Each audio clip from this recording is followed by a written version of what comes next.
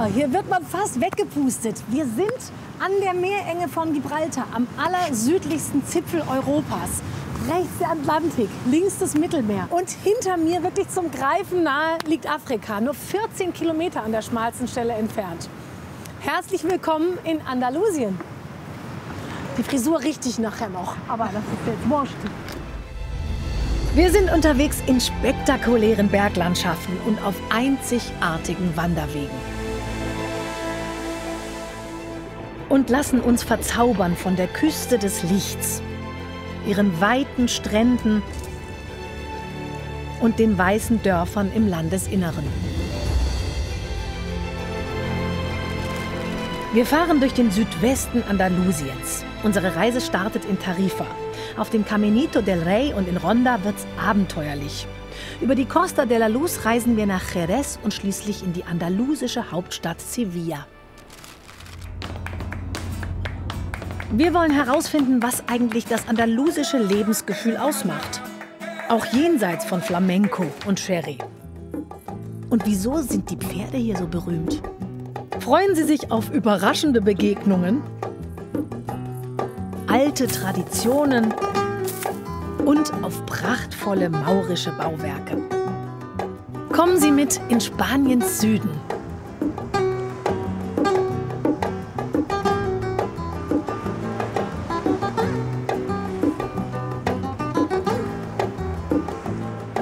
Von Tarifa aus hat man einen überwältigenden Blick auf das marokkanische Gebirge.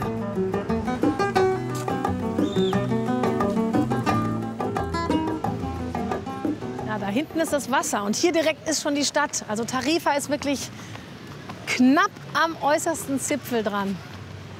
Hola!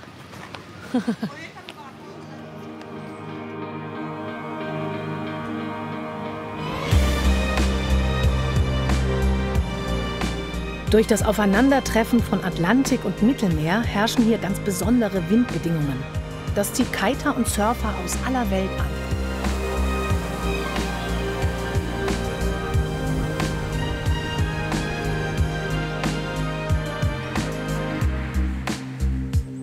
In Tarifa sind noch Spuren maurischer Vergangenheit zu sehen, wie überall in Andalusien.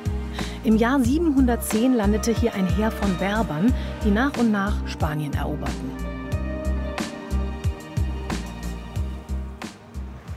Plazuela del Viento, das ist der Platz des Windes hier. Das merkt man auch, es pustet hier richtig.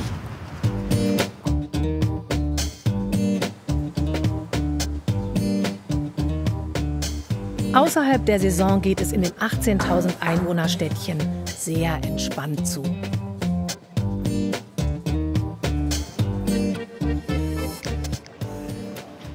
Ah, dann tut sich hier wieder so ein Platz auf. Herrlich.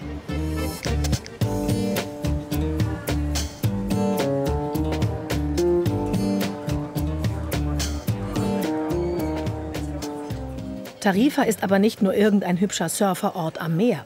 Wir sind neugierig. Die vorgelagerte Küste ist bekannt für ein ganz besonderes Meeresschauspiel.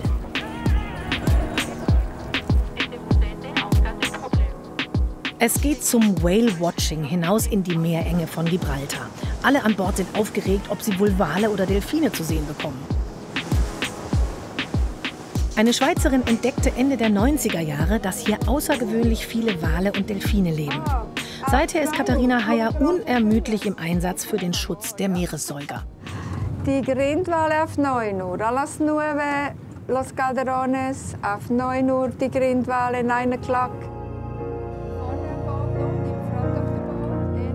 Keine 20 Minuten sind wir unterwegs, da tummelt sich eine Grindwalgruppe um unser Boot. 7 Wal- und Delfinarten leben das ganze Jahr über in der Meerenge oder passieren sie.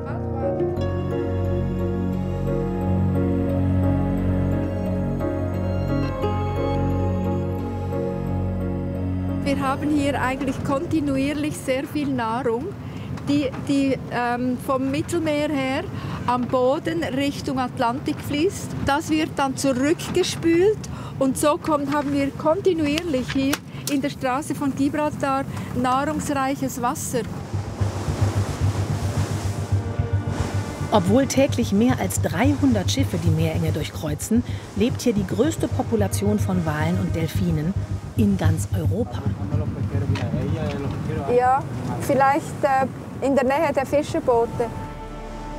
Katharina Heyer war die erste, die Whale-Watching-Touren in Tarifa anbot. Die Tiere dabei nicht zu belästigen, ist oberstes Gebot.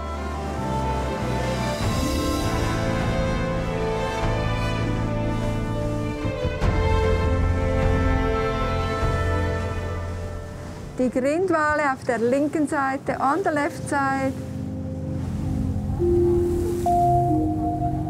Außer Grindwalen passieren Orcas, Pott- und Finnwale die Straße von Gibraltar. Die majestätischen Tiere zu erleben, Gänsehaut pur.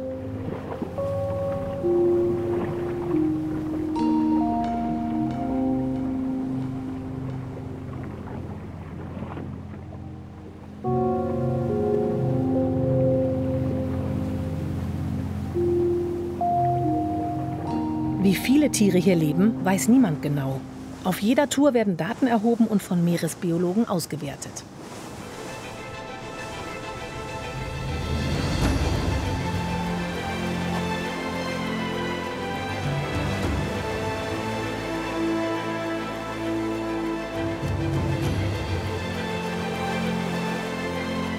Eine Gruppe von Orcas zu sehen, das allerdings ist eine große Seltenheit, selbst in der Straße von Gibraltar.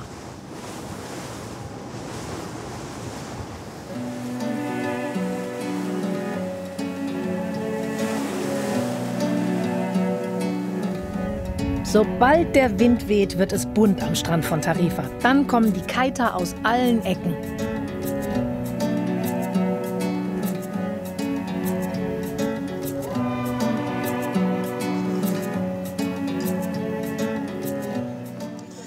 Oh, Levante.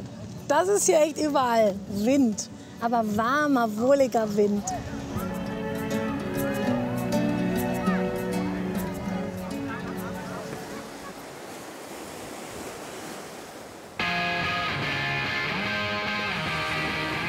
Die Meerenge von Gibraltar ist wie ein Flaschenhals, durch den sich der Wind pressen muss. Kommt er vom Mittelmeer, also von Osten, heißt er Levante.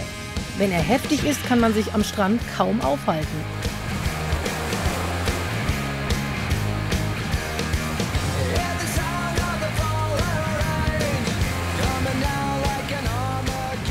Wingfoiling, der neueste Hit, beflügelt übers Wasser schweben, wenn man's kann. Das müssen wir unbedingt ausprobieren. Bernd Jenker ist vor über 20 Jahren wegen der guten Surfbedingungen nach Tarifa gegangen und hat hier eine Kiteschule. Oh, der fliegt, der fliegt. We teacher, happy student. Ach so. Das sieht aus wie so ein Schmetterling. Da haben wir Sichtfenster drin und man sieht, was dahinter ist. Da sind Griffe dran.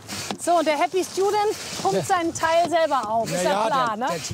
In Sachen Wassersport hat Bernd schon alles gemacht. Dass ihn als alten Hasen ein neuer Trend so begeistert, wundert ihn selbst.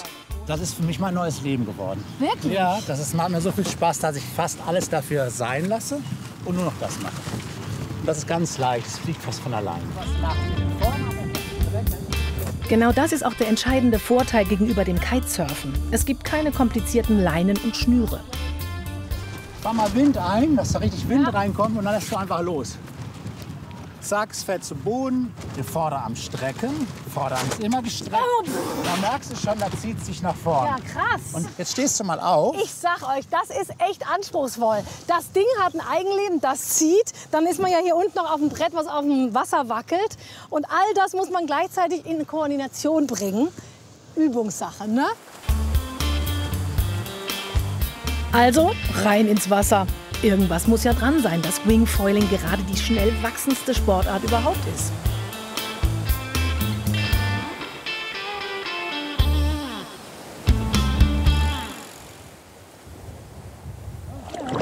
Lass dich mal losdüsen, ja? Ja.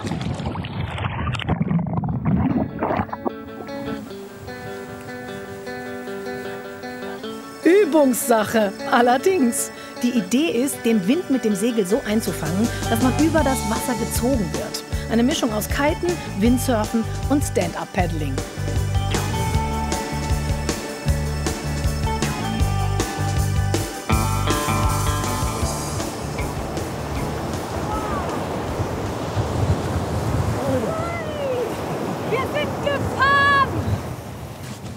ist das? Ein Wahnsinnsgefühl, Riesenwellen, Mordslevante. Die ersten Meter. Die ersten Meter gefahren, aber mit dem super Teacher. Dann ist echt... Bei Profis wie Bernd kommt die Tragflügelkonstruktion unter dem Brett zum Einsatz.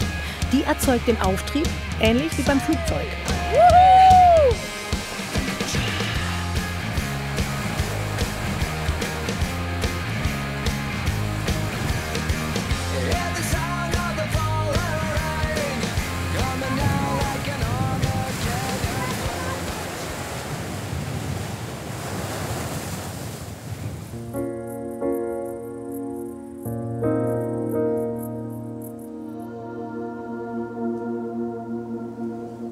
Ist das nicht fantastisch? Hier an der Costa de la Luz ist der Sonnenuntergang legendär. Ach.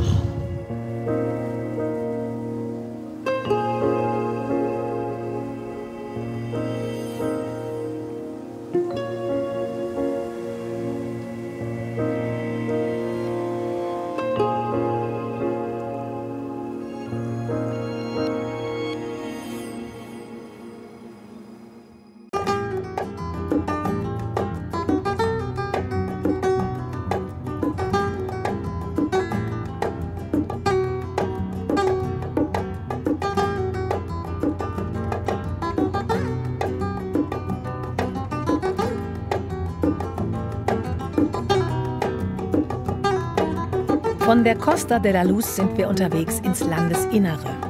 Auf uns wartet der Caminito del Rey, Andalusiens spektakulärer Wanderweg.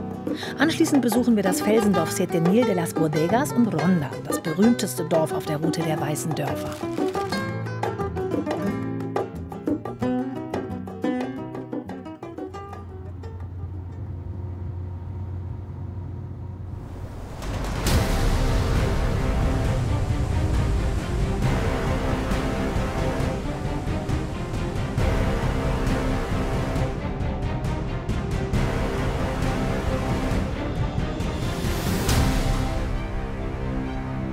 Ich freue mich schon die ganze Zeit. Der Caminito del Rey, der Königsweg, da wollen wir jetzt hin. Daniel begleitet mich. Wir brauchen Helme.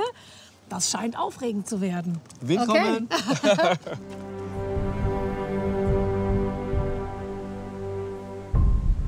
Schwindelfrei. Das sollte man hier unbedingt sein, wenn man zwischen Himmel und Erde, zwischen Felsen und Abgrund wandern geht.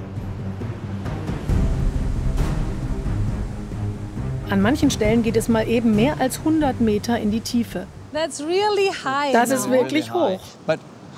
Allerdings, wie geht's dir? Fühlst du dich sicher? I feel safe because this Ja, looks ich fühle really mich strong. okay. Das macht einen sicheren Eindruck.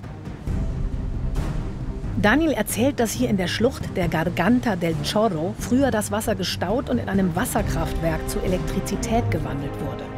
Ein Weg in diesem wilden Gelände war nötig, um Material zu transportieren und die Anlage zu unterhalten. Das war der Ursprung des Caminito del Rey. So sah der Weg ursprünglich aus, als 1901 mit dem Bau begonnen wurde. Am Anfang ist nicht mal Stahlbeton zum Einsatz gekommen, nur einfache Holzplanken. Es war ja jahrelang einer der gefährlichsten Kletterwege der Welt hier. Und so ging das los. Im Prinzip für die Arbeiter damals, um überhaupt in die Schluchten reinzukommen. Nach und nach wurde der Weg mit Beton- und Stahlstützen befestigt. 1921 kam König Alfons XIII. Zur Einweihung. So erhielt der Königsweg, der Caminito del Rey, seinen Namen. Irgendwann wurde er nicht mehr gebraucht und verfiel komplett.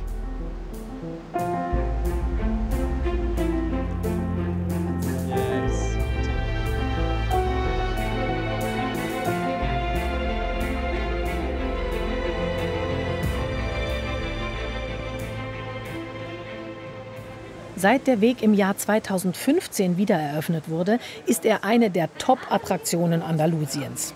Komplett gesichert und nicht mehr gefährlich. Auch wenn es anders aussieht.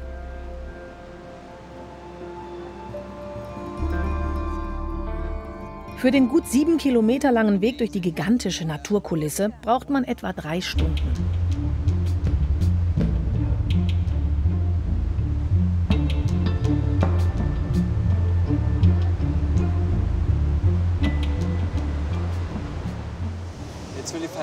das ist wirklich spektakulär hier. Natürlich sind viele Menschen da, es ist kein Geheimtipp, aber es ist so ein Ort, wo man einfach mal gewesen sein muss. Hammer.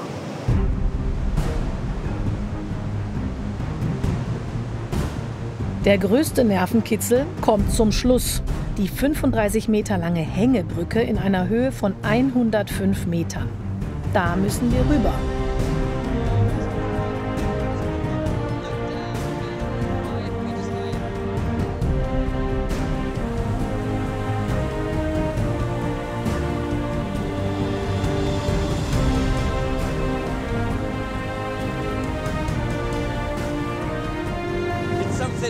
Es fühlt sich an, als würde man mit einem Fallschirm aus dem Flugzeug springen. Adventurous. Abenteuerlich. Aber wir haben es geschafft. Yes. Oh.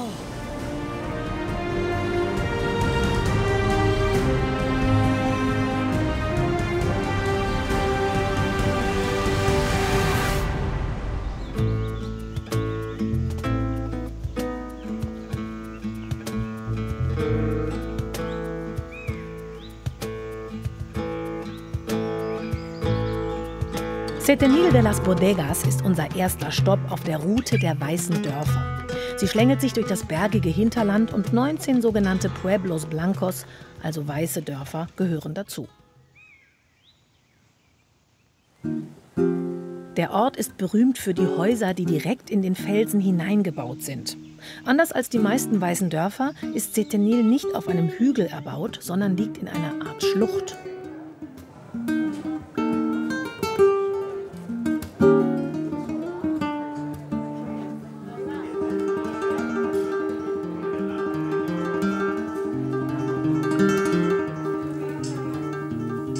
Antonio Luis nimmt uns mit in seine Casa Cueva, in sein gemütliches Höhlenhaus. Er hat es von seinem Opa geerbt. Früher gab es nur diesen einen Raum in der unteren Etage. Hier lebte mein Großvater mit seinen 7 Kindern. Es gab kein Wasser, keinen Strom, es gab gar nichts. Antonio ist einer der wenigen in Setenil, der noch in einer Casa Cueva wohnt. Die meisten werden an Touristen vermietet. Die oberen Etagen gab es früher gar nicht. In mühevoller Arbeit hat Antonio jeden einzelnen Stein rausgeklopft und so dem Felsen die Zimmer regelrecht abgerungen. Von hier ging der Felsen bis zum Boden. Hier passte kein Bett oder irgendwas anderes hinein. Dieses Stück hier, das war damals die Decke. Hier sieht man noch genau, wie der Berg verlief, bis hierhin. Die Treppe da haben wir eingehauen, die gab es vorher auch nicht.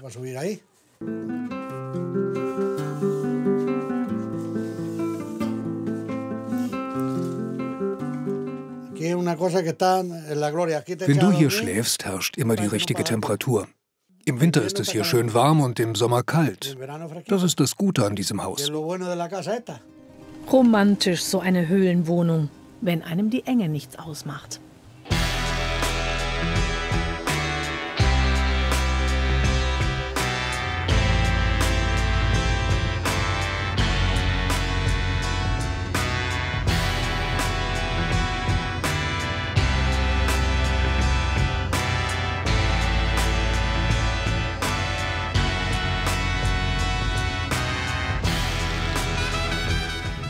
Das ist hier wirklich so eine tolle Panoramastrecke. Immer wieder neue Ausblicke und Durchblicke und dann wieder ein weißes Dorf. Kann man einen coolen Roadtrip machen hier.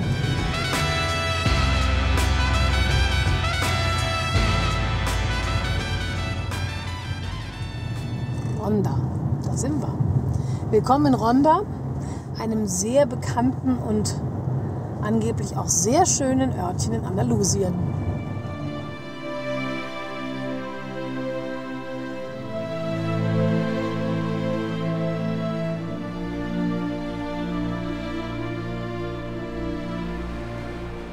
Ronda thront auf einem Felsplateau, geteilt von der tiefen Schlucht El Tajo. Darüber führt die Puente Nuevo, das Wahrzeichen von Ronda. Typisch sind auch hier die weißen Häuser, die teilweise wie am Abgrund kleben.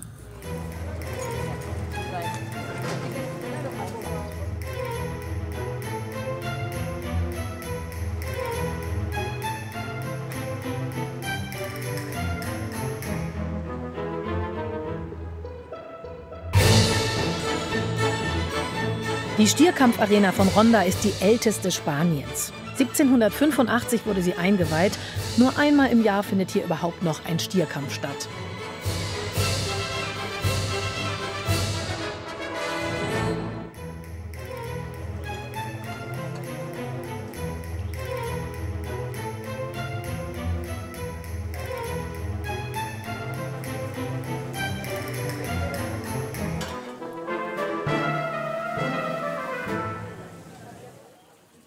Man kann schon verstehen, dass Ronda als das schönste weiße Dorf Andalusiens gilt.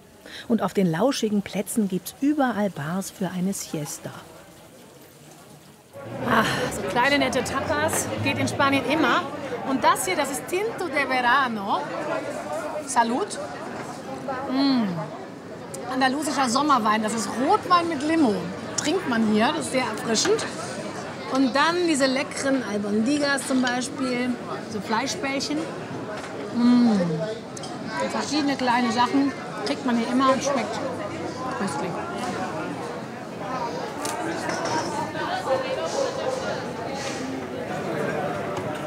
Macht einen gleich so leicht beschickert. Wie war das noch? Eine Definition von Glück, leicht beschickert und keine Termine. Eine andere Definition von Glück könnte sein, über den Paseo de Poetas zu schlendern. Hier stehen gleich zwei amerikanische Prominente, die Ronda über alles liebten, Spalier. Der Regisseur Orson Welles hat hier sogar seine letzte Ruhestätte gefunden. Ah, Ernest Hemingway. Ja, Ronda hat auch viele Künstler und Schriftsteller magisch angezogen.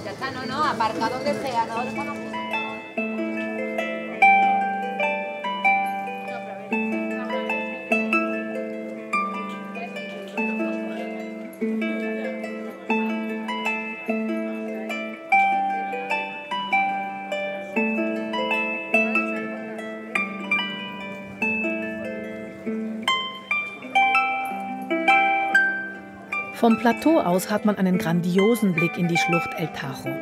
Sie wurde von dem darunterliegenden Fluss über Jahrtausende geformt und gehört zu den Naturwundern Spaniens.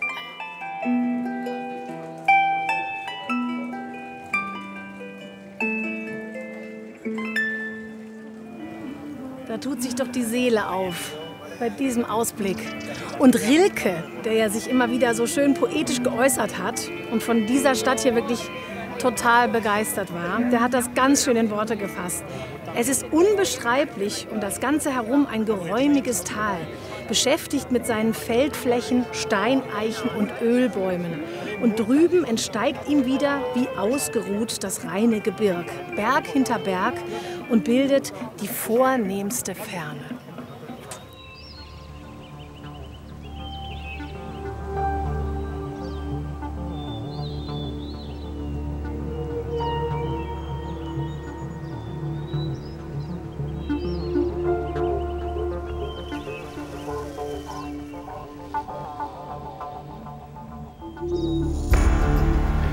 Ja, genau. Sie ahnen es. Diese Felswand unterhalb der Stadt soll es jetzt hochgehen.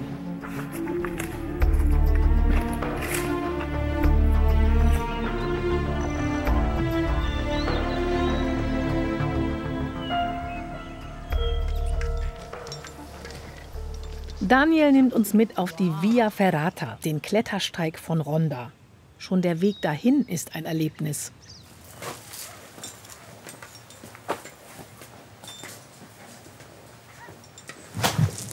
Andere, 1, 2, 3, hopp. Ja. Was ist das? Jetzt gehen wir durch alte Mühle.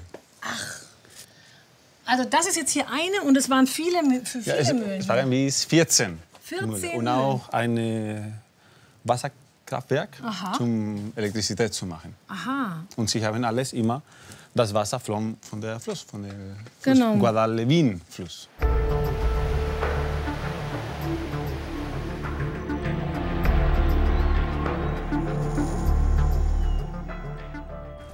hier ist runtergegangen. Ja, hier sieht man den Mühlstein. Genau. Oh, mira, hier sieht man... Wow, hier sieht man es richtig gut.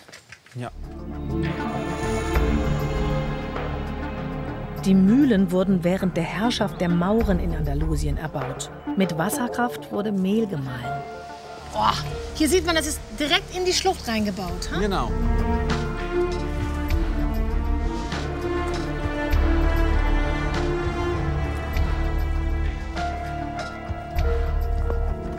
Der Mühlenweg ist zwar sehr verwildert, aber nicht wirklich schwer zu laufen und dauert circa 1 Stunde. Jetzt sieht man das wunderbar da oben. Ha?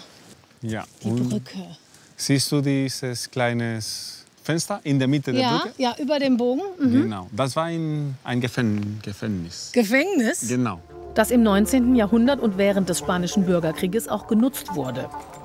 Und jetzt kommt die eigentliche Herausforderung, die Via Ferrata, also der Klettersteig. Und durch diese Treppe bis ganz oben.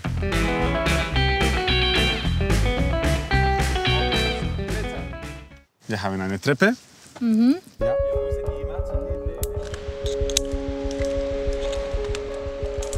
Dann kann ich weiter. Wow. Okay, ich gucke jetzt nicht nach unten, ich kletter nach oben. Okay, dann Fuß auf die Treppe und kleine Karabiner hier.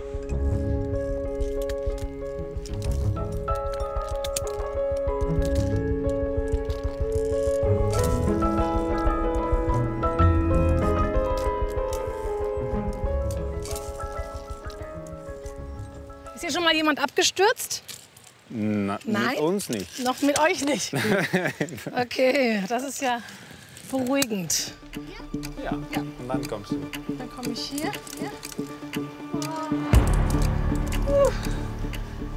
100 Meter und mehr geht es in die Tiefe.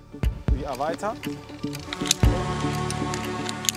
Eine Kletterausrüstung ist hier absolut notwendig. Und 100% schwindelfrei sollte man auch sein. Dann ist der Steig auch für Nicht-Klettererfahrene gut zu schaffen.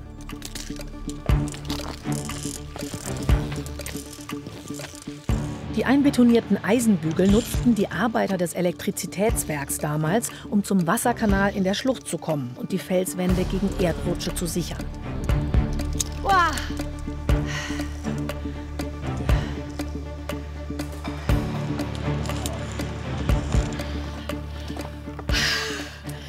Was ein Ausblick! Juhu!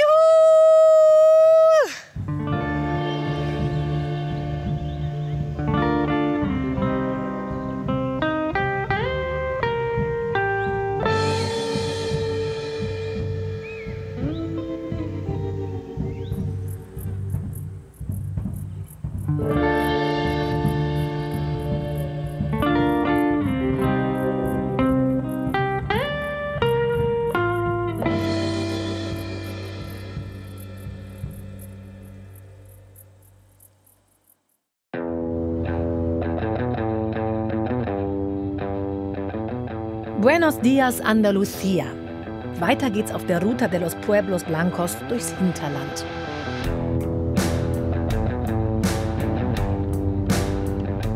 Keine Autostunde von Ronda entfernt sind die weißen Dörfer der Sierra de Grazalema unser Ziel. Sahara ist bekannt für seine Olivenhaine und in Grazalema wollen wir die beeindruckende Bergwelt erkunden.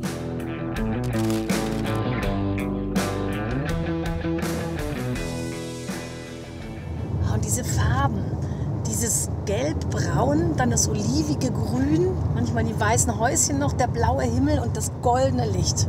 Das ist Andalusien.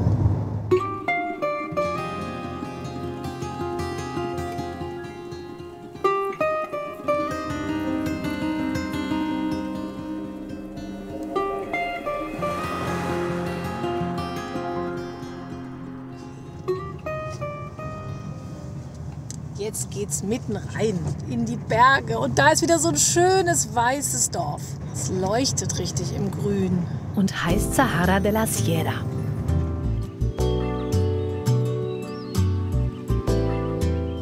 Das Dorf ist von unzähligen Olivenhainen umgeben. Der Olivenanbau in der Sierra de Grazalema hat eine lange Tradition.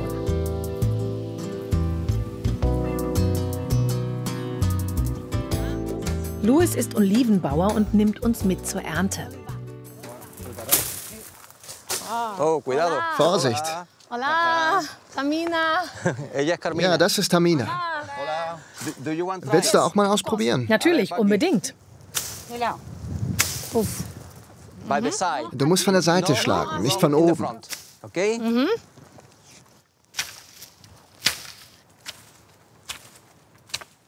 Das ist harte Arbeit. Und das kann nicht mit Maschinen gemacht werden. No, because Nein, unsere Olivenbäume lassen sich nur schwer ernten. Traktoren oder Maschinen kann man hier nicht einsetzen. with all trees. Die Böden in der Sierra sind hart, die Hänge steil. Deswegen wird seit jeher alles von Hand geerntet. Für Bäume und Oliven ist das die sanfteste Methode.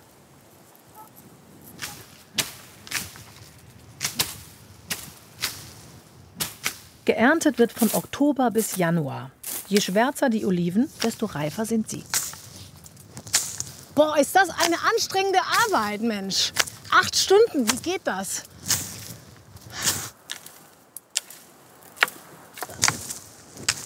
Au! Von einer Olive fast erschlagen. So, how long Wie does lange it take braucht man, bis alle Oliven to get runter all the sind? olives down? For example, this type. Für so einen Baum ungefähr 10 Minuten, vielleicht auch 15. Really? Yeah. So schnell? Yeah. With Klar, wenn das Profis machen, die brauchen 10 bis 15 Minuten. Wow. Ah, dann Profis. Yeah, yeah. Nicht so wie ich. Maybe you need. Du brauchst eher 2 Stunden. Hier wird die heimische Olivensorte Lecin geerntet. Sie ist bekannt für ein starkes Aroma und den intensiven, fruchtigen Geschmack. So, wir wollen keine Olive verlieren. Ah, so. Alles zusammen. Ah, Quítale super. alguna hoja ahora, ¿no? Jetzt müssen noch die Blätter rausgefischt werden. Now we put this out. Jetzt sortieren wir das alles noch Okay, raus. The green out. Up. Oh, that looks Das sieht gut aus. Wow. Perfekt. Guck, genau ein Korb. Perfecto. Die ganze Ernte. Ja. Mensch, und ist das ein Erfolgserlebnis, wenn man selber mitgeholfen hat? Tamina. Okay. Take Tamina, nimm den Korb. Jetzt gehen wir zur Olivenmühle. olive oil mill. Okay, olive oil meal. Oh, wait. Oh, warte, ich habe was vergessen. Sorry. No problem. Now. Are you Bist du stark? I'm Klar, strong ich bin eine lady. starke Frau. Hey, Na let's dann go. los. Yes.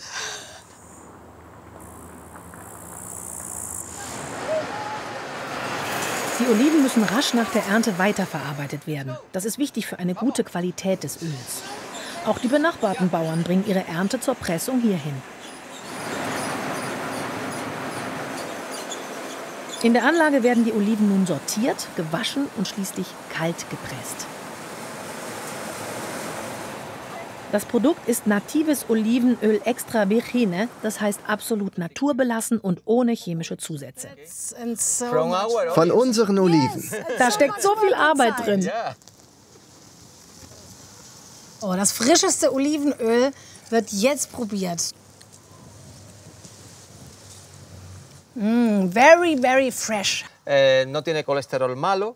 Unser Öl enthält nur gutes Cholesterin, das den Cholesterinspiegel reguliert und beispielsweise die Arterien flexibel hält. Es hat außerdem viele Antioxidanten, das hält jung. Das Öl hat so viele positive medizinische Eigenschaften, die seit vielen Jahren wissenschaftlich belegt sind. Que están muy demostrados ya por muchos años de estudios. Enjoy. Mega gesund und mega gut. Salut, hä? Salud.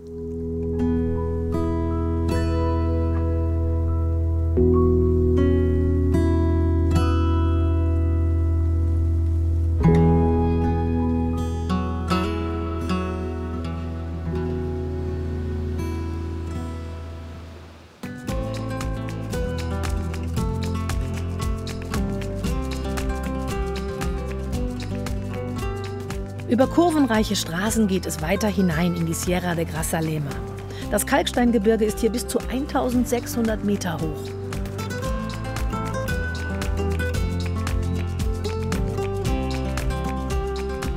Hier kann man noch einen richtigen Naturschatz entdecken.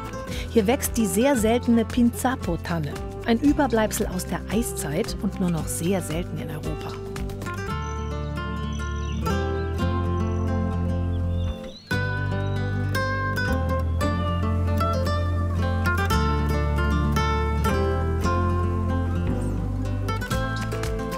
Inmitten des Hochgebirges liegt das Dorf Grazalema, das der umliegenden Sierra ihren Namen gegeben hat. Wie alle weißen Dörfer blickt auch Grazalema auf eine maurische Vergangenheit zurück. Auffällig sind die vielen Brunnen. Diese Figuren sind dem Toro de Cuerda gewidmet. Das ist das älteste Stierfest Spaniens.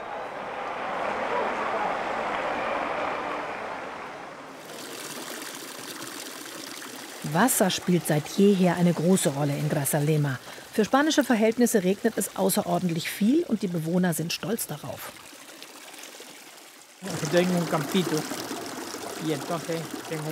Ich habe ein kleines Stück Land und da habe ich Hühner. Dafür hole ich hier immer das Wasser. Hier in der Sierra regnet es so viel wie nirgendwo sonst in Andalusien. Das Wasser kommt aus den Flüssen und alle Quellen hier sind voll.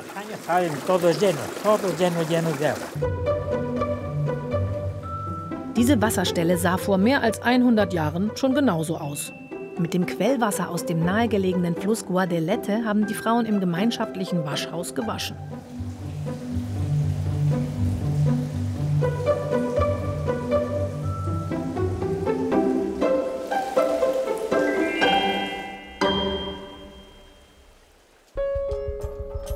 Wegen des vielen Wassers blühte in Grazalema die Tuchindustrie. Mitte des 19. Jahrhunderts lebte jeder zweite Dorfbewohner vom Textilhandwerk. Es sind vor allem die gewebten Decken aus Schurwolle, die eine jahrhundertealte Tradition haben. Wegen des weichen Bergwassers war die Wolle besonders rein und die gewobenen Decken in ganz Spanien bekannt für ihre gute Qualität.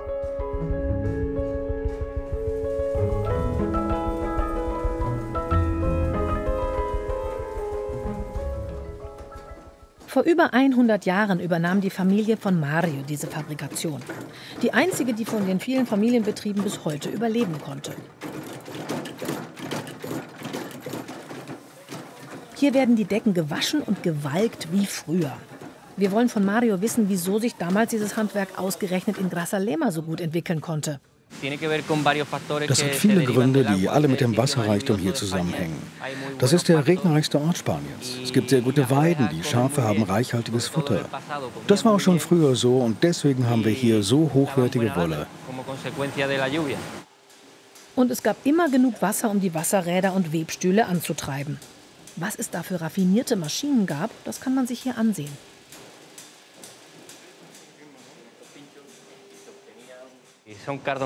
Das sind nichts anderes als Disteln. Ihre Stacheln rauen die Decken auf, reißen die kleinen Härchen raus. So wird das Ganze schön weich mit der Zeit. Heute sieht die Maschine, die die Decken so geschmeidig macht, etwas moderner aus.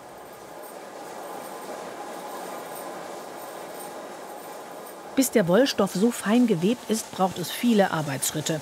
Zunächst wird das Garn in der gewünschten Farbe zu einem Ballen zusammengefasst.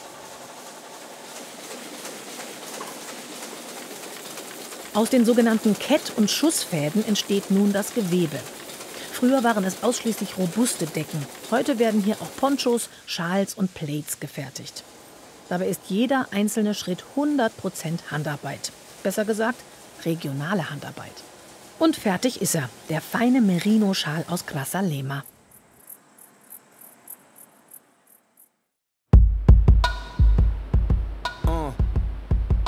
Wir sind zurück an der Costa de la Luz. Good morning.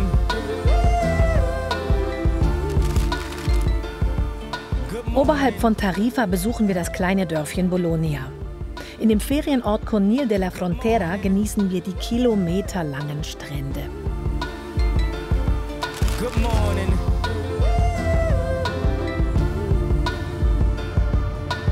Get on down.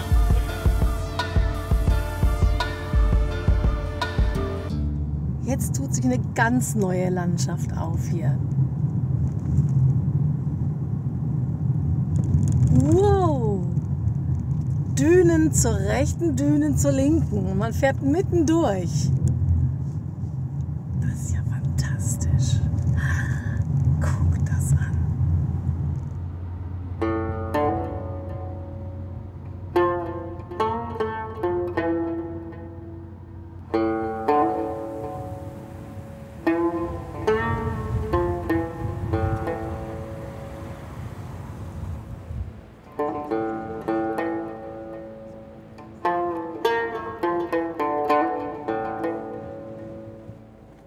Die Sanddüne bei Tarifa, die Punta Paloma, ist übrigens durch den berühmten Levante-Wind entstanden und verändert sich ständig.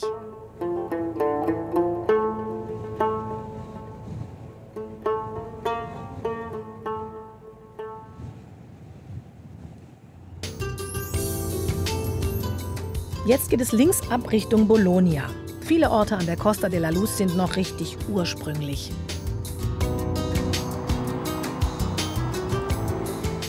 Bologna zum Beispiel liegt in einem geschützten Naturpark.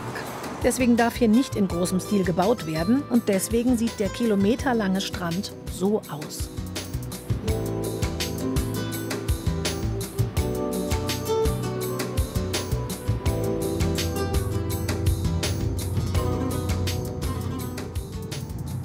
Ist auch nett, immer diese Schilder, die davor warnen, dass Kühe über die Straße kommen könnten. Muss man mit rechnen hier. Wohl wahr. Und was die für eine Aussicht haben, die Kühe von Bologna. Sie dürfen sich da aufhalten, wo sie wollen. Nicht selten sind sie unten am Strand unterwegs. Das ist ihr Chef, Juan, der Metzger von Bologna. Jeden Tag kommt er mit seinen beiden Hunden zu seiner Finca oberhalb des Dorfes. Am Nachmittag kommen seine 60 Kühe, weil sie gefüttert werden wollen. Eigentlich. Heute allerdings warten Juan und seine Kollegen vergeblich. Zeit für ein Schwätzchen.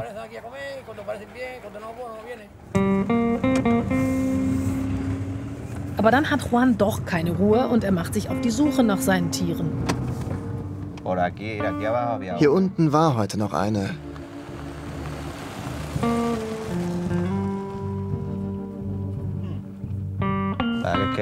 Eigentlich haben sie eine innere Uhr und wissen immer, wann es Zeit ist. Komisch. Heute Mittag waren viele da. Fast alle, bis auf vielleicht 10.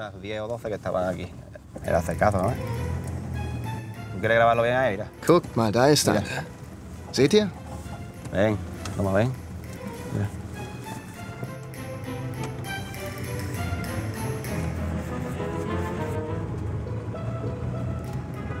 Wenn es meinen Kühen gut geht, dann bin ich auch glücklich. Und dazu gehört für Juan, dass sie frei herumlaufen können und nicht eingezäunt sind.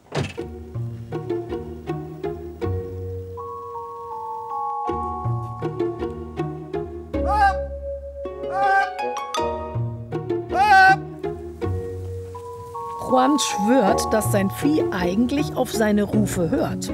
Sie würden in dem großen Terrain nicht weglaufen, denn sie wissen, wo sie hingehören. Ich komme jeden Tag, um zu sehen, ob es ihnen gut geht und ob alle gesund sind oder ob Nachwuchs gekommen ist. So kontrolliere ich mein Vieh. Ja, vor kurzem waren sie noch hier.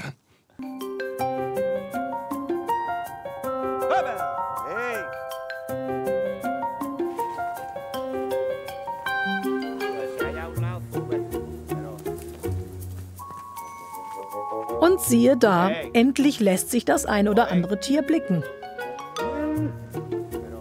Und dann noch eins. Allerdings fühlen sich die Kühe von uns in ihrem Paradies gestört und wir suchen schnellstens das Weite. Auch wenn Juans Kühe irgendwann geschlachtet werden, bis dahin hatten sie definitiv das beste Kuhleben überhaupt.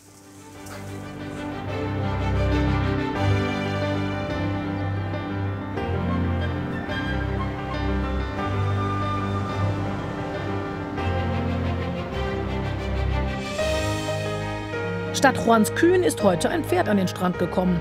Hier in Bologna machen die Tiere offenbar alle, was sie wollen. Wir fahren weiter an der Costa de la Luz nach Conil de la Frontera. Von Bologna braucht man dafür eine knappe Stunde.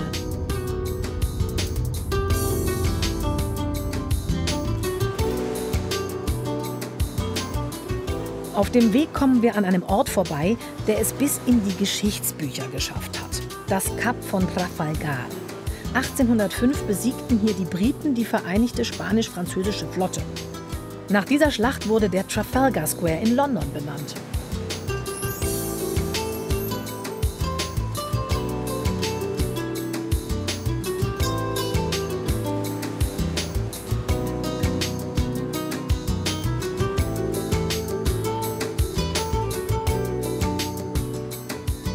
Das Kleinstädtchen liegt auch auf der Route der weißen Dörfer Andalusiens.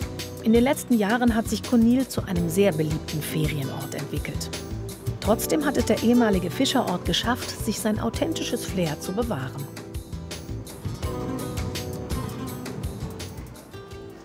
Viele Jahrhunderte war der Thunfischfang der wichtigste Wirtschaftsfaktor von Conil. Bis heute wird vor der Küste der Thunfisch auf traditionelle Art gefangen und in vielen Restaurants als Spezialität angeboten.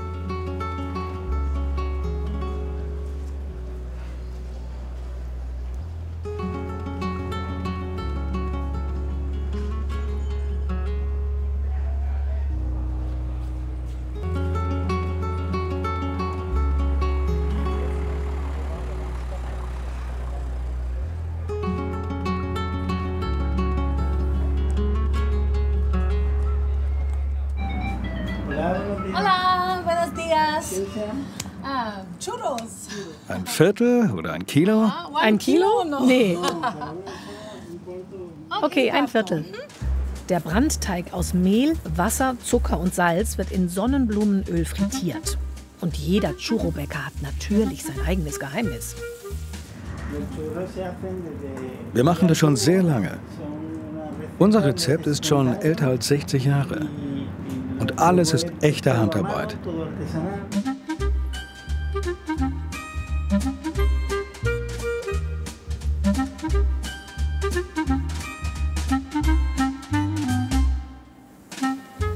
Churros werden in Spanien gerne zum Frühstück, am besten nach einer langen Nacht, gegessen.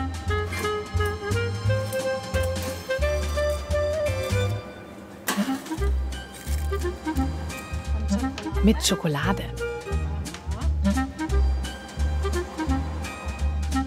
Super. Gracias. So.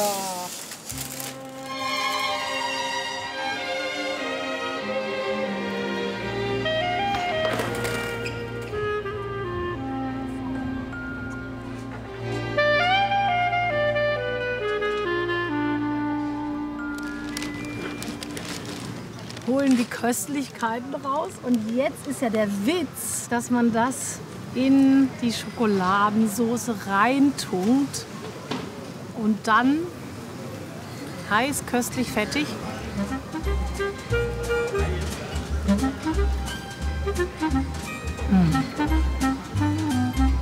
Es muss ja nicht alles gesund sein.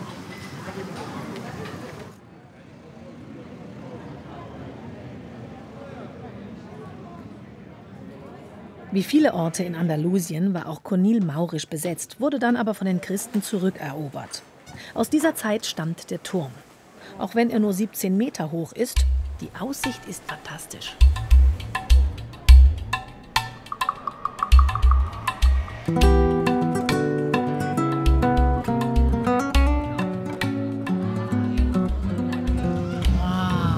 Dieser kilometerlange Strand. Und heute bläst der Levante wieder richtig heftig.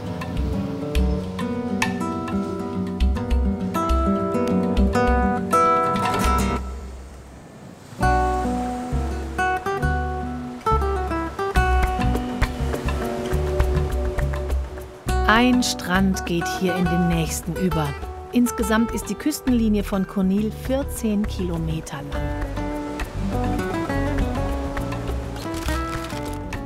Unser nächstes Ziel, Jerez de la Frontera, Hauptstadt der Pferde, des Flamenco und des Sherry. Klingt vielversprechend.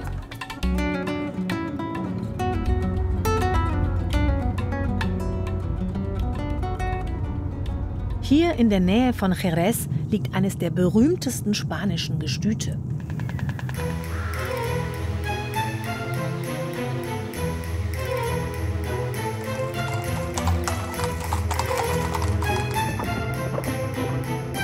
(300 Kartäuserpferde, die sogenannten Cartujanos, leben hier. Es ist die älteste planmäßig gezüchtete Pferderasse Europas.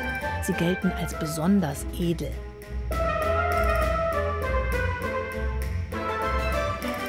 Jerez und Pferde, das gehört einfach zusammen. Und so mittendrin ist natürlich am allerschönsten. Pferdezucht hat in Andalusien eine lange Tradition. Schon seit der Herrschaft der Mauren wurden spanische Pferde mit anderen Rassen veredelt. Okay. Das ist aber ein schönes Pferd. Es ist eine Stute. Fogonera heißt sie. Okay. Juan Pedro ist hier verantwortlich für die Stuten.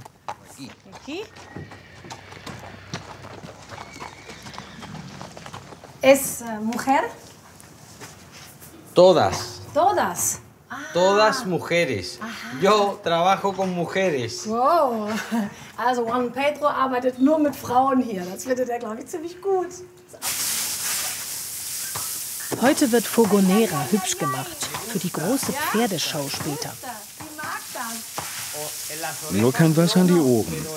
Im Gesicht macht ihr das nicht. Poco. Ist jetzt toll. Sí. Jetzt wird richtig schamponiert hier. Shampoo y mucho Mit viel cariño. Liebe. Ganz schön viel Aufwand, der hier mit Fogonera betrieben wird. Guapa, ha? Oh, aha. Massage, ha? Komm, Massage. ¿Qué es? Und was ist das hier? Número. Alle unsere Stuten haben auf der linken Seite eine Nummer. Número. Und rechts das Brandzeichen des Gestüts. Im 15. Jahrhundert haben Kartäuser Mönche aus Jerez die Zucht übernommen und zu dem gemacht, was sie heute ist.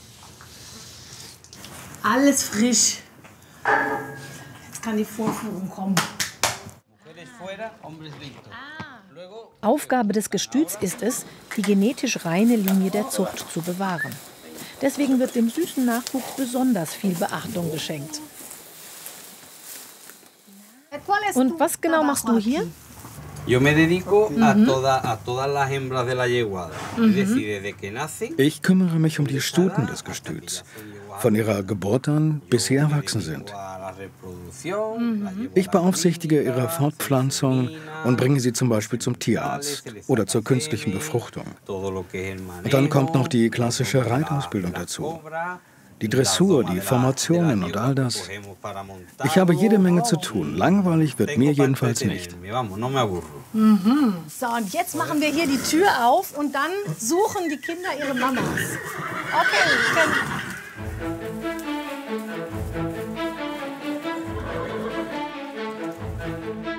Mehr als 30 Fohlen gibt es derzeit in der Yeguada. Anfangs sind sie noch dunkel. Je älter sie werden, desto weißer werden sie.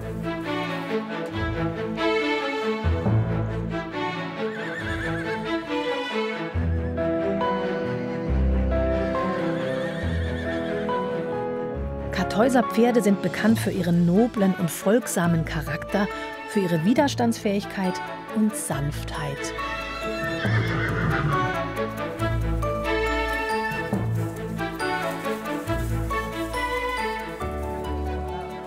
Jeden Samstag finden auf dem Gelände Besucherführungen statt. Man bekommt sogar Einblicke in die Veterinärklinik und die Sattelkammer.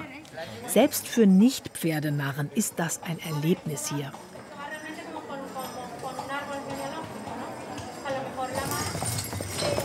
Endlich ist es soweit. Auf dem Vorplatz machen sich Pferde und Reiter schon mal für die große Show warm. Juan Pedro und Fogonera sind natürlich auch dabei. Und natürlich in einer original andalusischen Reitertracht.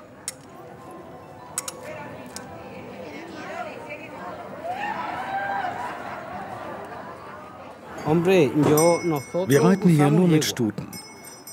Das hier ist eine und die da vorne auch. Typisch für sie ist ihre Geduld. Wir müssen hier eine Stunde warten. Das muss das Tier erst mal aushalten. Auch später in der Show laufen 8, 9 Tiere gemeinsam. Nicht jedes Pferd kann das. Edelmut und Dressur. Das ist wichtig.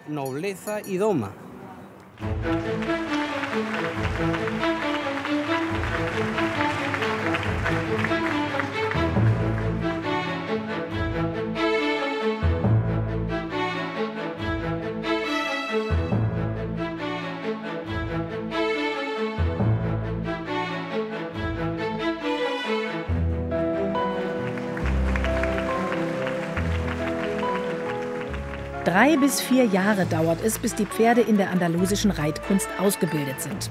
Die Kartäuserpferde sollen ein besonderes Dressurtalent haben, das sozusagen in ihren Genen liegt.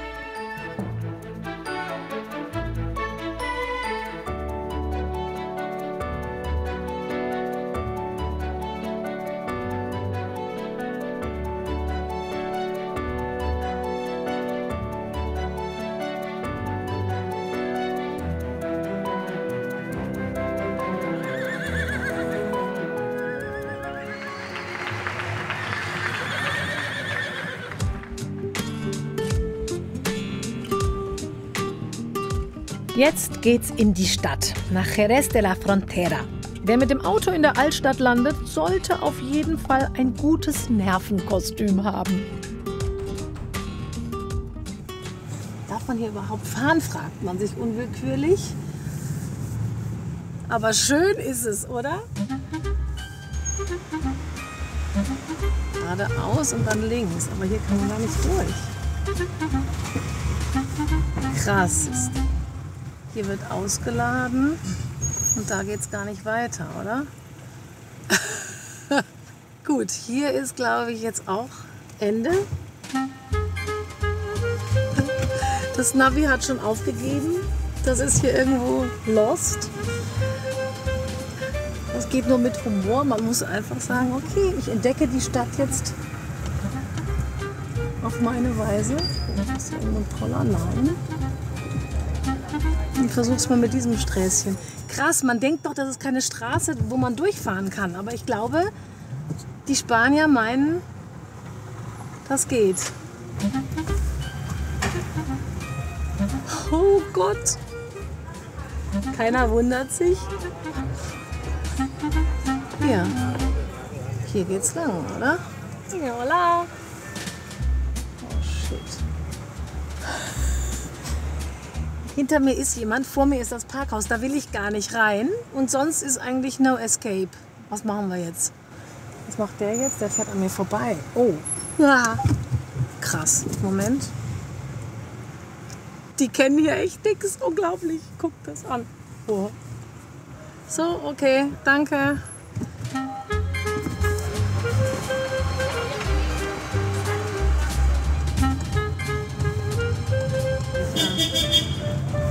Oh Gott. Die hinter mir sind schon total genervt. Jetzt sieht es schon etwas übersichtlicher aus.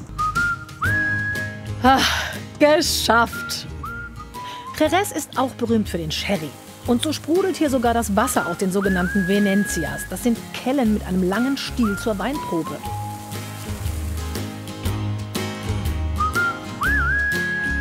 Typisch sind die vielen Weinkellereien, die Bodegas mitten in der Stadt.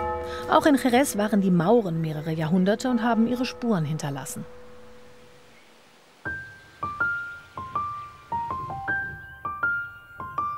Sherry darf sich ausschließlich der Wein nennen, der aus dem Städtedreieck Jerez, Sanlúcar de Barrameda und Puerto de Santa Maria kommt.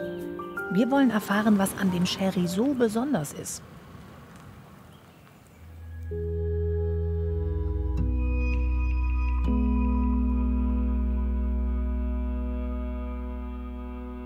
Eigentlich ist so ziemlich alles an Sherry unverwechselbar.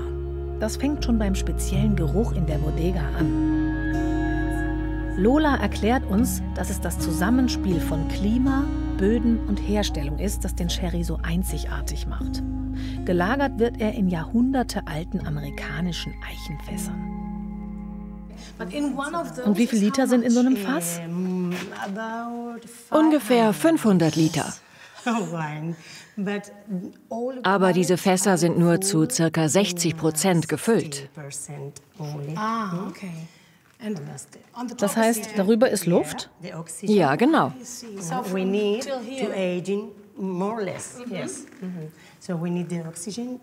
Durch die Luftschicht wird der Wein vor Oxidation geschützt. Deswegen füllen wir die Fässer nur bis hierhin. Durch die Zugabe von Weingeist bildet sich ein Teppich aus Florhefe. So entsteht der sogenannte Fino, Grundlage für alle weiteren Sherry-Sorten. In dem komplizierten Solera-Verfahren wird dann ein Teil des ältesten Weines aus der unteren Fassreihe abgefüllt und mit jüngerem Wein aus den oberen Fässern versetzt. So reift der Sherry gleichmäßig.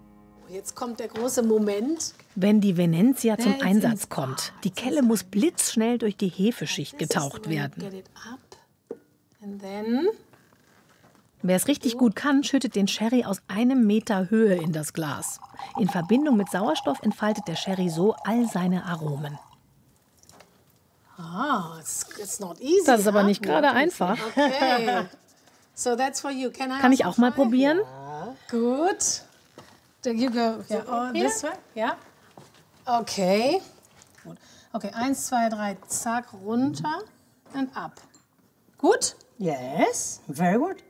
Hi, aber I see a little. Okay. Yes. No So problem. you Like this. turn. Whoa. What? And up. Oh, Der edle well, Tropfen. very well. Wird verschüttet, wenn der Laie das hier einfüllt. Aber das meiste ist drin. So most of it is inside. So now this is Das ist jetzt Fino. Ja, das ist Fino. Salut.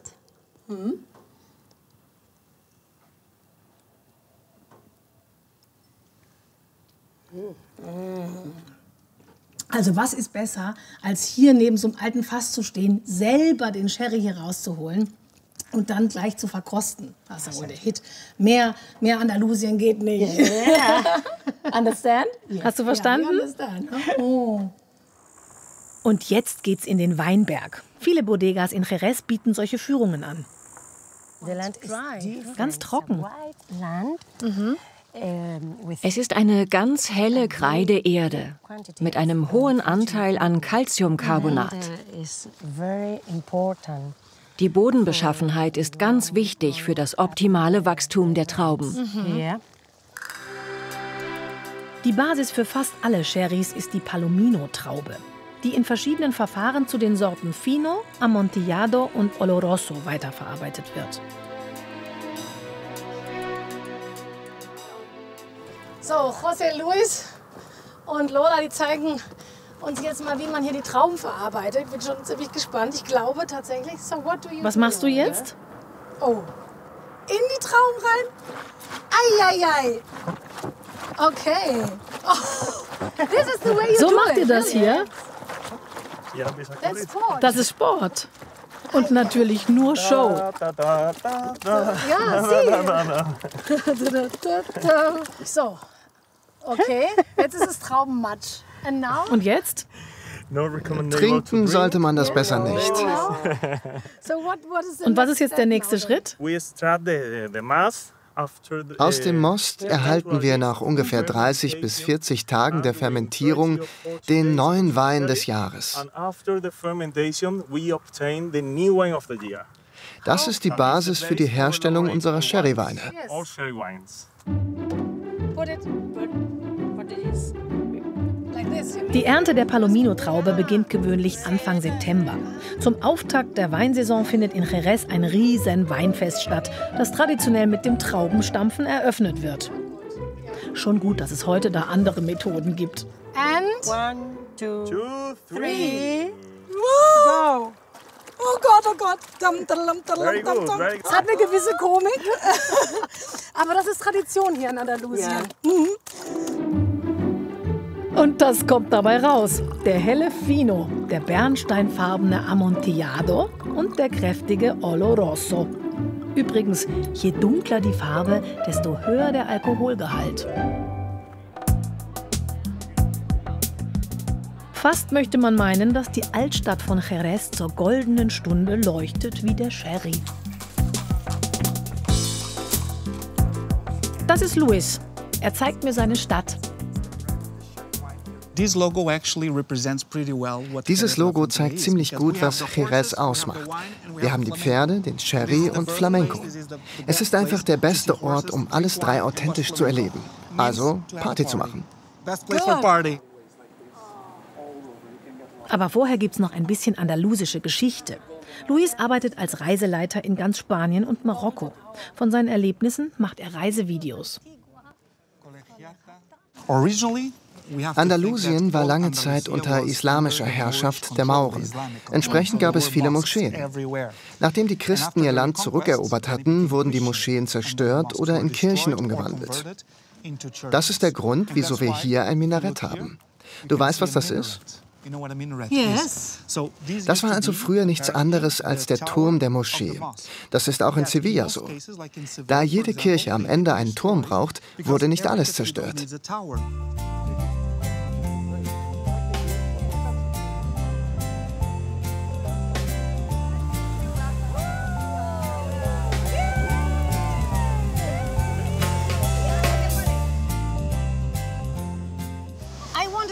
Was ich noch fragen wollte, wieso haben so viele Orte den Beinamen Frontera? Weil das die Grenze war. Frontera heißt Grenze. Wenn wir 800 Jahre in der Geschichte zurückgehen, kämpften Araber und Katholiken für ein und dasselbe Land. Das Zurückdrängen der Mauren passierte logischerweise nicht über Nacht, sondern Schritt für Schritt. Erst war die Grenze hier, weitere 2 Jahre später noch ein bisschen weiter. Deswegen heißt es Jerez de la Frontera, Jimena de la Frontera. Viele Orte tragen den Beinamen Frontera.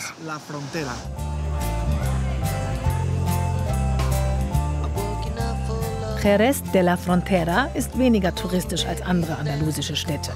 Hier herrscht alltägliches Leben. Und das, muss man wissen, hat in Andalusien einen ganz eigenen Rhythmus. So gegen 8:30 essen wir eine Tapa und danach gehen wir erst zum richtigen Abendessen. Jerez ist voller kleiner Tabancos, wie die Bars und Kneipen hier heißen. Überall gibt's Tapas. Ein Gedicht.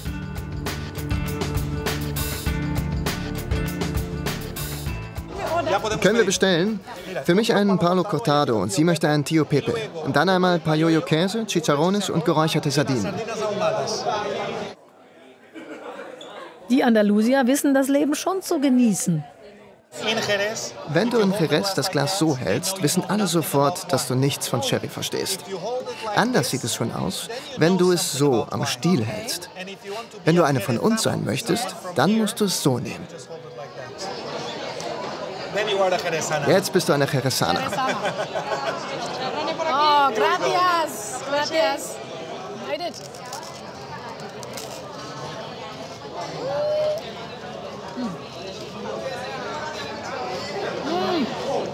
Mega salzig.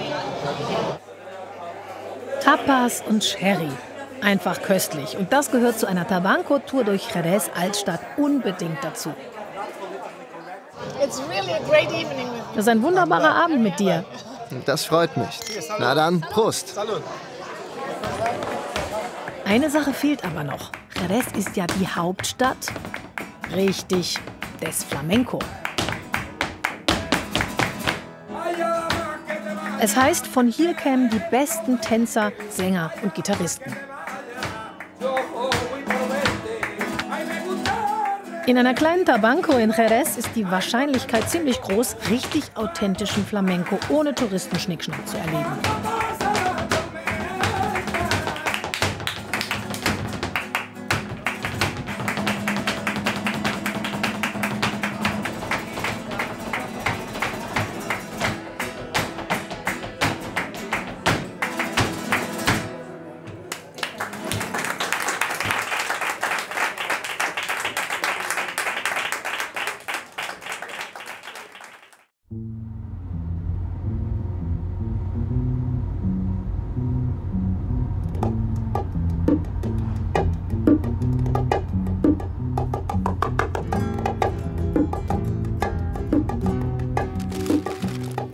Vamos a Sevilla.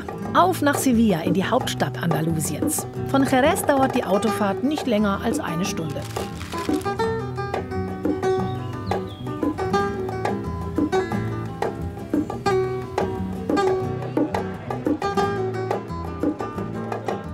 Wenn morgens früh das Licht auf die tollen Gebäude fällt und die Stadt gerade erwacht, ist das ein ganz unvergesslicher Moment. Sevilla ist voll von architektonischen Meisterwerken aus allen Epochen. Oh, Geschichte auf Schritt und Tritt. Diese mächtigen Mauern hier umgeben die Real Alcázar, den ehemaligen Königspalast.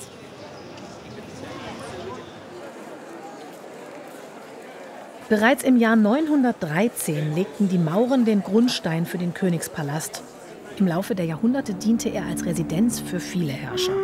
Jeder ließ den riesigen Komplex erweitern und hinterließ somit die Spuren seiner Kultur und Bauweise. Wenn heute der spanische König nach Sevilla kommt, residiert er hier.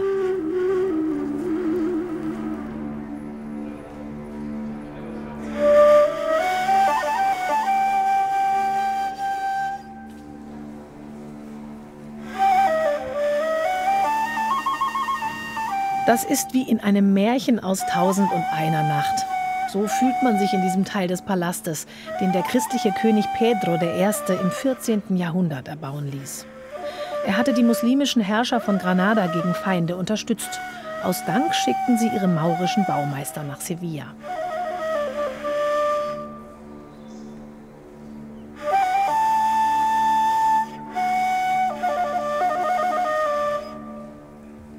Das, was die maurischen Baumeister zur Perfektion konnten, war der Mudéjar-Baustil.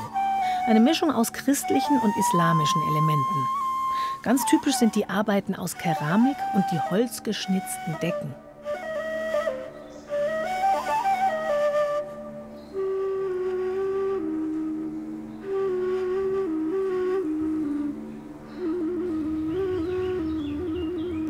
In den Palastgärten kann man sich verlaufen. Fans der Serie Game of Thrones werden die Wassergärten von Dorne wiedererkennen.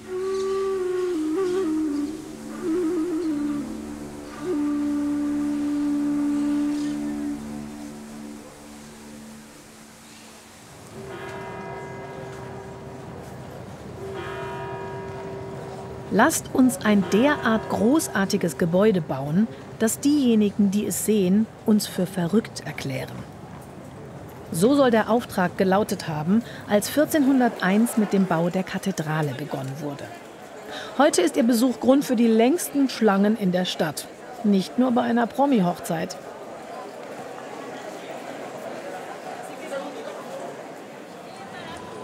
Ah, die Kathedrale. Ein Highlight in dieser Stadt.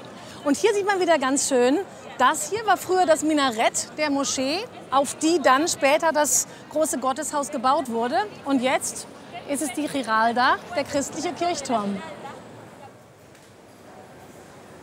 Hoch geht's über 35 Rampen.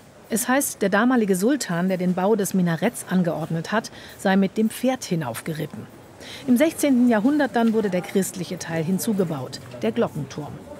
Heute ist die Giralda das Wahrzeichen von Sevilla.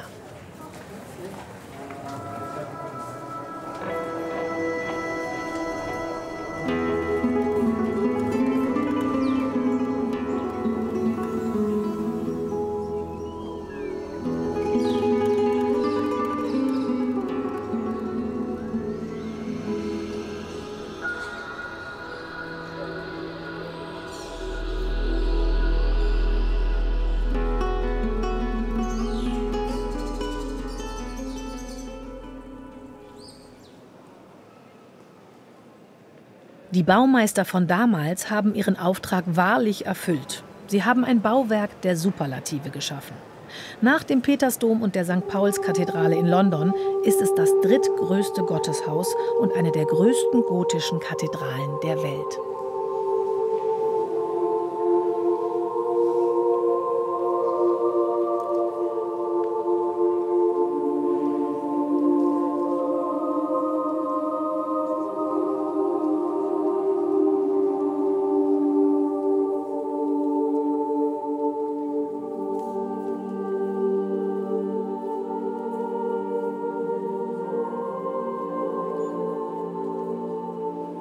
In der Hauptkapelle glitzert und funkelt es.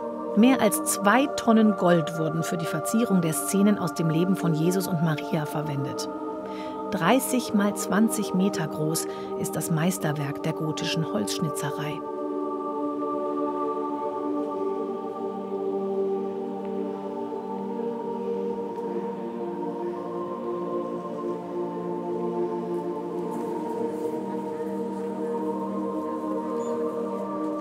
Und dann gibt es noch eine große Attraktion. Das Grab von Christoph Kolumbus, der hier seine letzte Ruhestätte gefunden hat. Getragen wird der Sarkophag von 4 Figuren, die die Herrscher Spaniens zur Zeit von Kolumbus repräsentieren. Einige Rätsel jedoch gibt es um die Gebeine des Entdeckers. Denn auch in der Hauptstadt der Dominikanischen Republik, wo Kolumbus als erstes gelandet ist, behauptet man, seine Überreste exhumiert zu haben. Sicher aber ist, dass sich zumindest ein Teil in diesem Sarg in Sevilla befindet.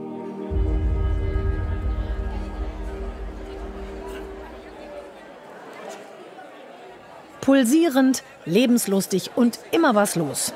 Am Nachmittag treffen sich die Sevillanos auf eine Runde Tapas. Das macht man hier so, vor allem am Wochenende.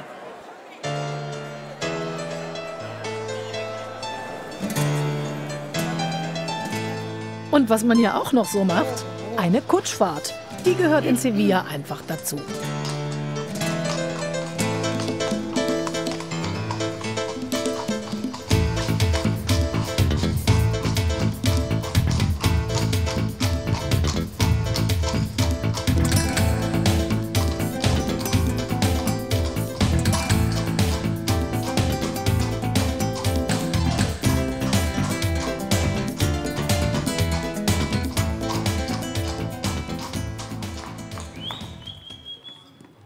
Da vorne ist es, das Flamenco-Museum.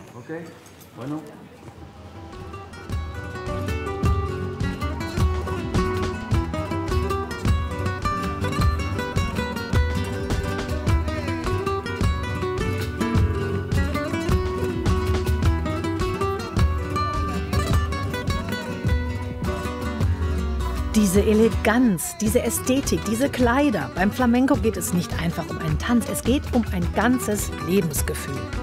Das wird schnell klar, wenn man durch die Räume des einzigen Flamenco-Museums der Welt geht.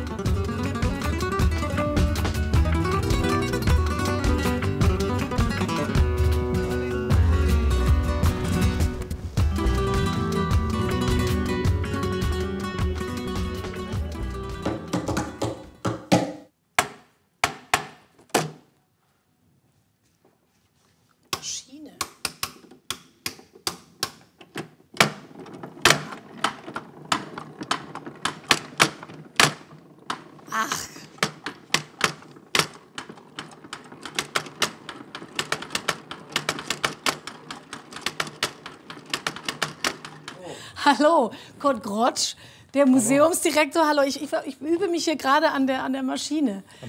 War das schon richtig? Weltweit einzigen Flamenco-Rhythmusmaschine.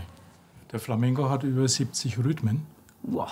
20 davon kann man tanzen und die haben wir eben 7 ausgewählt.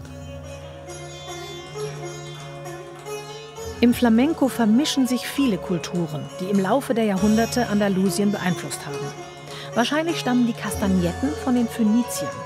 Die Mauren brachten Gitarre und Gesang ein. Die typischen Handbewegungen haben indische Ursprünge. Alle diese Elemente wurden von den Gitanos, den spanischen Romas, vermischt und so entstand der Flamenco.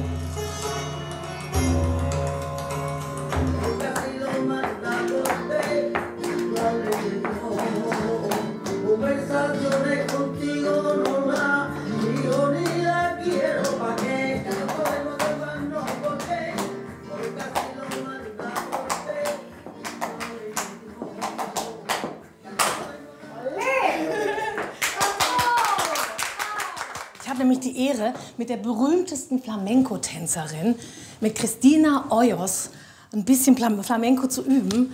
Sie hat die meisten Preise weltweit gewonnen, ist immer noch aktiv, macht Choreografien, tanzt wunderbar und Hola, Hola. hat gesagt, sie kann mir ein bisschen was zeigen.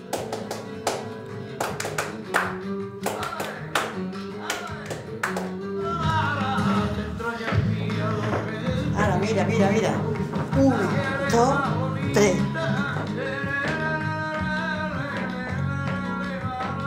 Cristinas Ausdrucksstärke zieht einen sofort in den Bann. Jahrzehnte hat sie diese andalusische darstellende Kunst zur Perfektion gebracht und schließlich das Flamenco-Museum mitgegründet.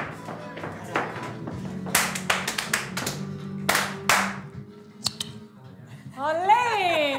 Oh, fantastico! Hat das eine Power? Ach, ist die Frau toll. Gracias, muchas gracias. Sí, sí. Oh. Ay.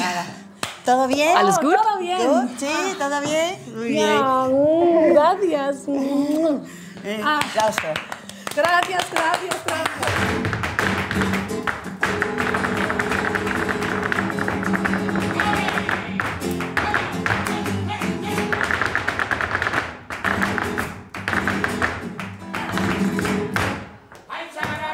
Fast jeden Abend finden im Flamenco-Museum Shows statt.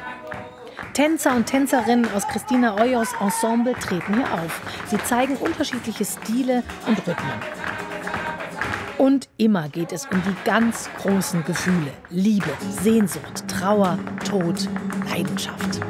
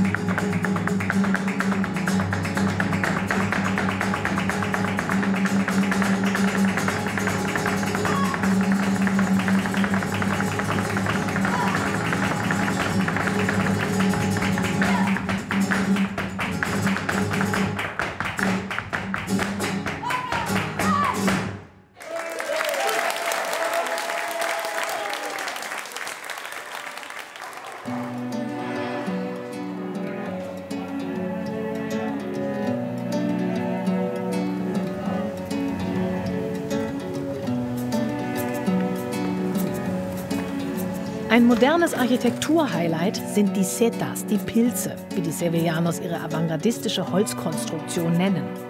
Sie wurde von dem deutschen Architekten Jürgen Meyer entworfen und ist ein neues Wahrzeichen der Stadt.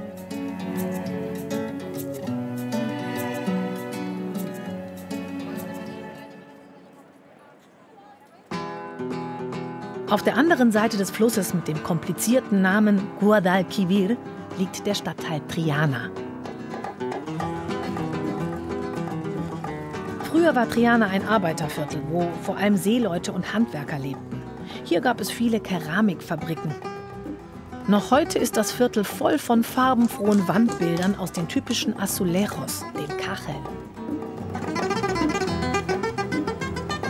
In den letzten Jahren hat sich Triana zu einem neuen Innenviertel entwickelt. Ab den frühen Abendstunden ist am Flussufer der Teufel los.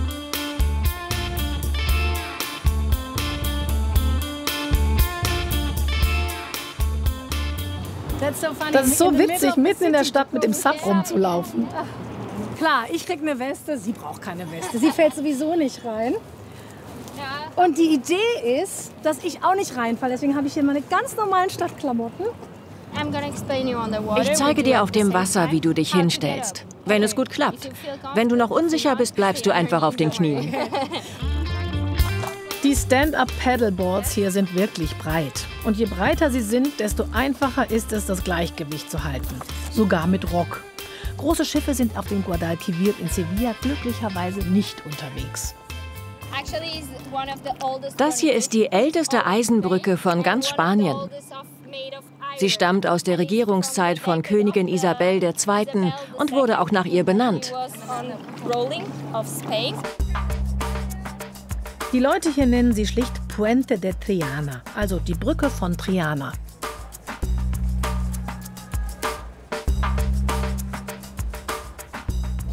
Das ist wirklich nett. Das ist eine Stadtführung vom Wasser aus. Und es ist natürlich immer noch mal ein ganz anderer Eindruck, eine Stadt vom Wasser aus zu erleben. Ich kämpfe noch so ein bisschen mit dem Gleichgewicht und denke dauernd, oh Gott, hoffentlich falle ich nicht rein. Aber Bea ist so relaxed hier, die bewegt sich, als wäre gar nichts. Und ich hoffe, dass ich so mit der Zeit mich auch noch weiter entspannen kann. Und hier auf dem Wasser spüren wir immer noch einen Hauch von Entdeckergeist aus der Zeit, als Spanien eine große Seefahrernation war.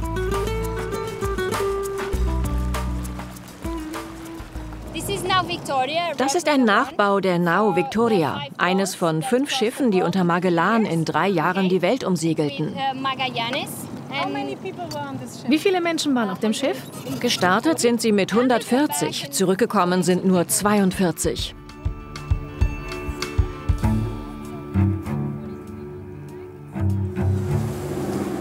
Und dann ist da plötzlich doch ein ziemlich großes Boot.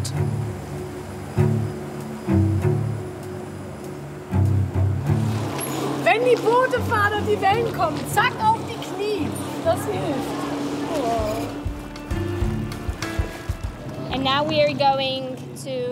Und jetzt fahren wir Richtung Torre del Oro, der Goldturm. Es heißt, dass hier das Gold aus den Überseekolonien gelagert wurde. Wie ich sagte, der Fluss ist deswegen sehr berühmt. Der Torre del Oro war eine bedeutende Befestigungsanlage und stammt aus der Zeit, als Sevilla der wichtigste Seehafen von Andalusien war.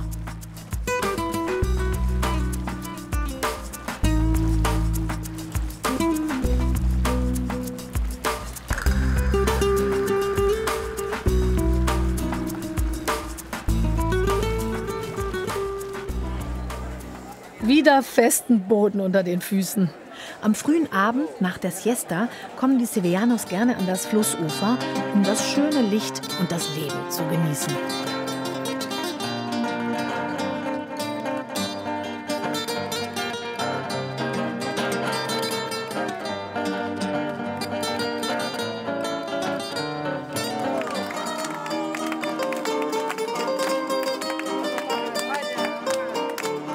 Ah, das andalusische Lebensgefühl. Einfach ansteckend.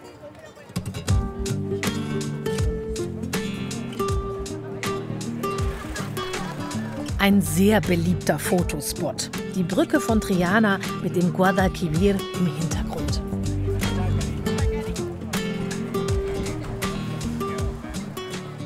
Was für eine Region Andalusien. So eine Vielfalt, eine Energie, eine Lebensfreude. Einfach wunderbar. Und wenn es bei uns grau und regnerisch ist, dann kann man hier wirklich Sonne und Licht und Temperament tanken. Das ist toll. Und wie war das noch beim Flamenco? Bam, tadadam, bam, bam, bam. Adios und bis zum nächsten Mal.